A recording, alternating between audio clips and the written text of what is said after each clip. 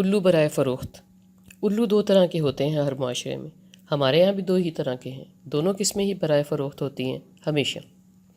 بات یہ ہے کہ ایک طرح کو ہم مانتے ہیں، کہتے ہیں الو ہے، یعنی بے وقوف ہے، پاگل ہے، سادہ ہے، ناسمجھ ہے، مگر ہم کو معلوم ہے اس کا بے وقوفی سے، تنہائی سے، ویرانی سے، بربادی سے، سادگی سے کوئی تعلق نہیں ہے، پھر بھی کہتے ہیں الو۔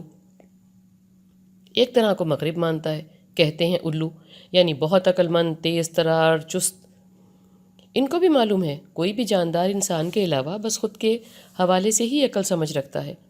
اللہ سونے کا حکم ہے، وہ کوئی بھی شے خود سے باہر کے لیے نہیں کر سکتا، جو بھی کہہ لیں، پھر بھی کہتے ہیں الو۔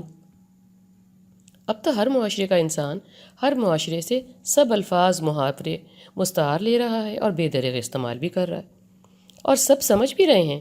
ٹھیک ہو گیا نا؟ اب آ جائیں الو کی طرف۔ جیسے میں نے کہا الو دو قسم کے ہوتے ہیں، تو ہر قسم بھی آگے دو قسموں کی ہوتی ہے۔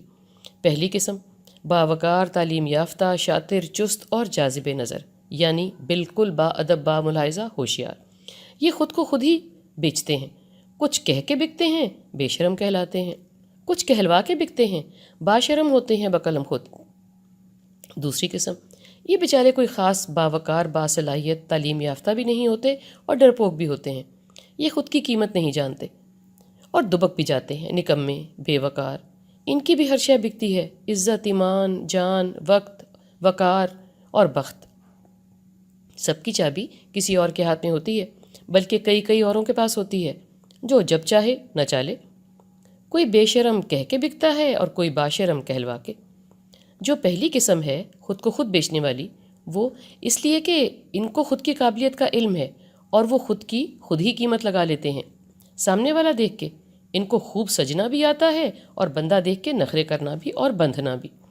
یہ خود کے نخرے میں سب کو ڈرا کے بھی رکھتے ہیں، خود کی مرضی سے کام کرتے ہیں، معلوم جو پڑ جاتا ہے ان کے بغیر مالک کا گزارا ہی نہیں۔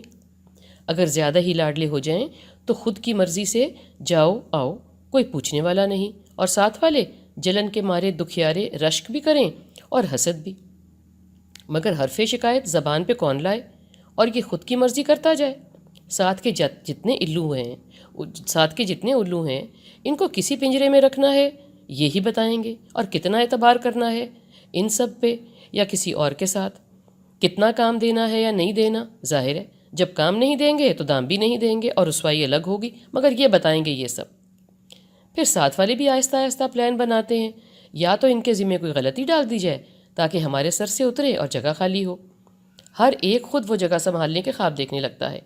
یہ داؤ نہ چلے تو دوسرا پلان کہ اس الو کے پنجرے کا دروازہ کھلا چھوڑ دیا جائے تاکہ وہ موقع غنیمت جان کے اڑ جائے۔ بھلے اس کے مزے ہیں مگر اس کو بھی معلوم تو ہے نا کہ قید تو ہے، جائے کسی اور جگہ گھونسلہ بنائے۔ یہ آسان کام ہوتا ہے، ذرا دقت کے بعد بس باور کرانا ہوتا ہے کہ آپ خود کفیل ہیں، آپ خود کا کام کریں، آپ کیوں کسی کے کام اور نام کے پیچھے پہچانے جائیں۔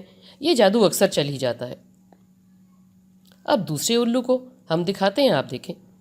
دوسرے وہ ہیں جن کو خود کی قابلیت کا معلوم ہی نہیں ہوتا، اور شاید قابلیت کم بھی ہوتی ہے، یا وہ لائی لگ ہوتے ہیں بیچارے، سو وہ کم ہی جان پاتے ہیں خود کے بارے میں اور ان کے بارے میں جو ان کی درگت بناتے ہیں۔